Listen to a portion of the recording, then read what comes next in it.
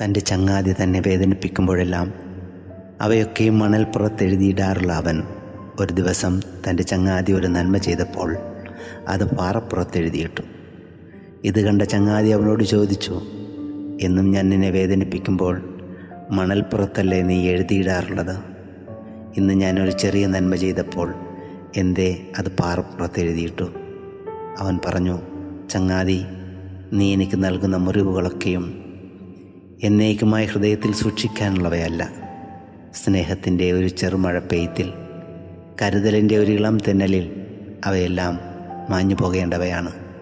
എന്നാൽ നീ നൽകുന്ന നന്മകൾ ഒരിക്കലും മറക്കാനുള്ളവയല്ല.